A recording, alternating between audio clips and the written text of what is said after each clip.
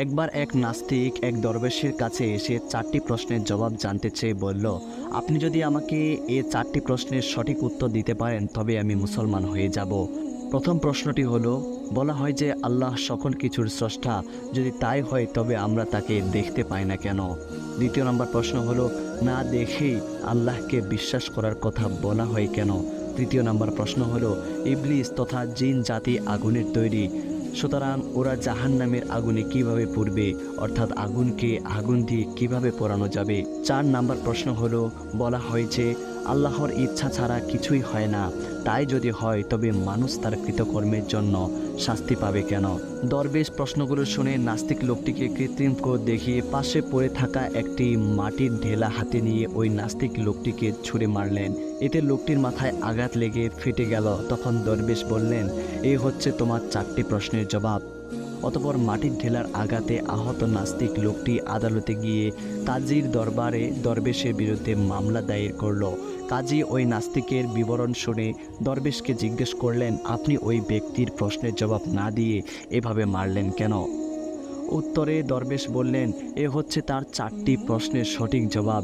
এর দ্বারা তাকে আহত করা আমার উদ্দেশ্য ছিল না। ঢিল ছুঁড়ে কিভাবে প্রশ্ন 4টির জবাব দেওয়া হয় এই রহস্য উদ্ঘাটন করার অনুরোধে করা হলে দরবেশ বললেন, লোকটির প্রথম প্রশ্ন ছিল, আল্লাহ সব কিছুর স্রষ্টা অথচ তাকে দেখা যায় না কেন? জবাব হলো, ঢিলের আঘাতে এই ব্যক্তি ব্যথা পাওয়ার কথা বলেছে। এর অস্তিত্ব কোথায়? ব্যথার যদি অস্তিত্ব থেকেই থাকে তবে তা দেখা যায় না কেন? ব্যথা বিদ্যমান থাকা সত্ত্বেও যেমন তা দেখা যায় না, তেমনি আল্লাহ অস্তিত্বশীল হওয়া সত্ত্বেও তাকে চর্মচোখে দেখা যায় না। দ্বিতীয় প্রশ্নটি ছিল, আল্লাহকে না দেখে বিশ্বাস করব কেন? চোখে না দেখে যদি ব্যথার কথা বিশ্বাস করা যায় তবে আল্লাহকে না দেখে বিশ্বাস করতে অসুবিধা কোথায়? তার তৃতীয় প্রশ্নটি ছিল, শয়তান ও জিন আগুনের তৈরি হয়েও জাহান্নামের আগুনে পড়বে কিভাবে?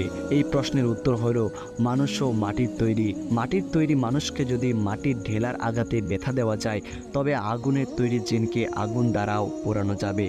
চতুর্থ নাম্বার প্রশ্ন ছিল, আল্লাহর ইচ্ছা ছাড়া কোনো কিছুই ঘটে না, তাহলে মানুষের কৃতকর্মের জন্য মানুষকে শাস্তি দেওয়া হবে কেন? এর উত্তর হলো, আল্লাহর ইচ্ছায় যখন সব কিছু হয় তবে ঢিল ছোড়া, তার গায়ে আঘাত লাগা, রক্তপাত ও ব্যথা সবই তো তার ইচ্ছাতেই রয়েছে। সুতরাং এই ব্যাপারে আদালতে অভিযোগ করার কি আছে? এর যদি অভিযোগ ও বিচার চলে এবং শাস্তি বর্তায় তবে মানুষের কৃতকর্মের বিচার সুফল ও কুফল ভোগ কেন মিথ্যা হবে? দরবেশের এই অভিনব জবাব শুনে নাস্তিক লোকটি হতভম্ব হয়ে গেল এবং ইসলাম ধর্ম গ্রহণ করল। এই গল্প থেকে আমাদের শিক্ষা এটাই যে আল্লাহ আরশের সমাহীন। তিনি সেখান থেকে গোটা সৃষ্টি জগৎ পরিচালনা করছেন। তার এখতিয়ারের বাইরে কোনো কিছুই নেই। তাকে না দেখে বিশ্বাস করার নাম ঈমান। সব কিছুই তার আয়ত্তাধীন। তিনি কুন অর্থাৎ হও বললেই সব হয়ে যায়। তিনি অসীম সর্বময় ক্ষমতার অধিকারী। সসীম ও অপূর্ণ জ্ঞান দিয়ে তার সৃষ্টির বিশালত্বতাকে আয়ত্ত করতে চায় বলেই নাস্তিকরা বিভ্রান্ত হয়।